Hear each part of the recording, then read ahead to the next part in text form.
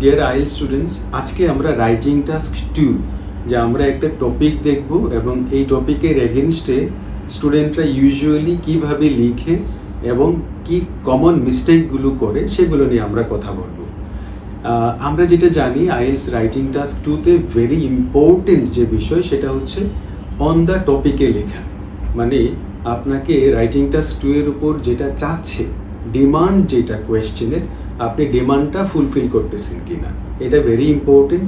কারণ আপনি যতই ভালো লিখেন আপনার যদি ফোকাসটা ঠিক না থাকে মার্কস ভালো আসবে না। এখন এইটা ছাড়াও চলেন আমরা দেখি আরও কি প্রবলেম অনেক সময় স্টুডেন্টরা করে যেটা নাকি আমরা আইএলস ইনস্ট্রাক্টর হিসেবে কল্পনাও করি না বাট পেয়ে যায়। চলেন সেটা নিয়ে কথা বলবো আজকে। যেমন আমরা কথা বলতেছি এই টপিকটা নিয়ে, like some university students want to learn about other subjects in addition to their main subjects. Others believe it is more important to give all their time and attention to studying for a qualification. এখানে discuss both these views and give your opinion. মানে দুইটা view নিয়ে আমাদেরকে আলোচনা করা লাগবে এবং একটা অপিনিয়ন দিতে হবে, এটা হচ্ছে ডিমান্ড। এখন এটার মানে কী হতে পারে যে কিছু স্টুডেন্টস তারা তাদের মেইন সাবজেক্টের সাথে এডিশনাল সাবজেক্ট পড়ার দিকে একটা পক্ষ মানে সমর্থন দিচ্ছে, আরেকটা পক্ষ বলতেছে যে না শুধু মানে একাডেমিক সাবজেক্টগুলোই পড়বে কোয়ালিফিকেশনের জন্য। সো এটা দুইটা বিষয় নিয়ে আলোচনা করে এখন আপনার মতামত কী হতে পারে চলেন আমরা একটু দেখি। সো এখানে যেটা আমরা দেখতে পাচ্ছি যে স্টুডেন্ট মানে যেটা করতেছে যে শুরুতেই যে নাওয়াডেজ it is often argued that এটা হচ্ছে একটা অ্যাপ্রোচ লাইক মানে প্যারাফ্রেজিং করে ফেলা। সো প্যারাফ্রেজিং করা হলো। এখন এখানে দেখেন মেইন সাবজেক্টস আমরা এখানে বলেছি যে এস দেওয়ার জন্য, কারণ মেইন সাবজেক্ট তো আর একটা হতে পারে না, এটা মানে কয়েকটা সাবজেক্টসই হতে পারে, এই জন্য এস দেওয়াটাই নিরাপদ।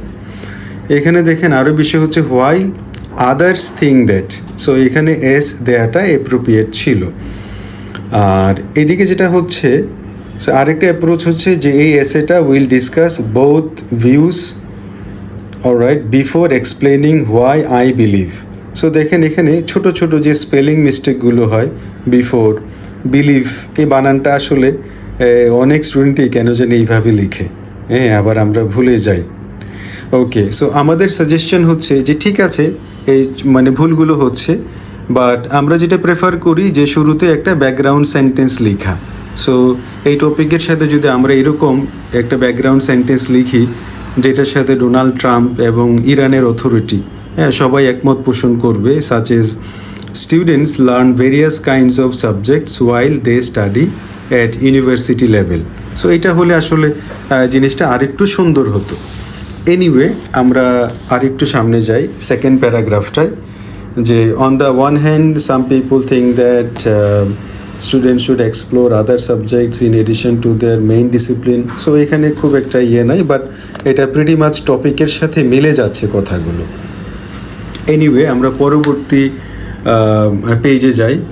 এখানে দেখেন যে কি হচ্ছে রেঞ্জ, স্টুডেন্টের আসলে বানানটা ঠিক আছে রেঞ্জ, এটা এন আমরা ফিল করতেছি, বাট আইএলস এক্সামিনার এই এনটাকে অবশ্যই এইচ মনে করবে। সো এটাও একটা ইস্যু। তারপর দেখেন ফুল স্টপের পরে ফর এক্সাম্পল, এটা এফটা শুরুতেই বড় হাতের হওয়া উচিত ছিল, দেন এক্সাম্পলের পরে এটা কমা হলে কমা দেওয়া উচিত ছিল। এনিওয়ে এই মিস্টেকগুলো ছোটো ছোটো মিস্টেকগুলো অনেক স্টুডেন্টই করে। সো তারপর কি আ স্টুডেন্ট, যে for example a student studying, so for example a student is studying, যে ফর এক্সাম্পল একটা স্টুডেন্ট যদি ইঞ্জিনিয়ারিং পড়তেছে মে বেনিফিট ফ্রম লার্নিং কমিউনিকেশন, আচ্ছা ঠিক আছে। তারপর দেখেন দেয়ারফর এই স্পেলিংটা, সো স্পেলিং মিস্টেক হচ্ছে, সো এইগুলোকেও আমাদের আসলে প্রোটেকশন দিতে হবে। তারপর যদি আমরা নেক্সট আরেকটু অগ্রসর হই, এগেইন মেইন সাবজেক্টস এস দিলে ভালো হতো, বাকি সেন্টেন্স ঠিক আছে। রাইট, আমরা আরেকটু অগ্রসর হই, যে এটা হচ্ছে last page that for instance ঠিক আগের মতো, আগে ছিল ফর এক্সাম্পল, এখানে ফর ইনস্ট্যান্স, এখানে কমা ছিল না। Medical students. তারপর দেখেন এই যে আবার এজ এ রেজাল্ট, এই যে এজ এ রেজাল্ট খুব কাছাকাছি হয়ে গেছে এবং রেজাল্ট। সো এটাও একটু মানে অ্যাটেনশন দেওয়া উচিত ছিল।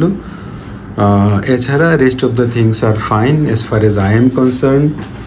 তারপর হচ্ছে লাস্ট মানে কনক্লুশনটা, so although studying additional subjects, again এসটা দেওয়ার জন্য আমরা বলতেছি এইখানে আবার বিলিভ বানানটা আমাদের ঠিক আছে।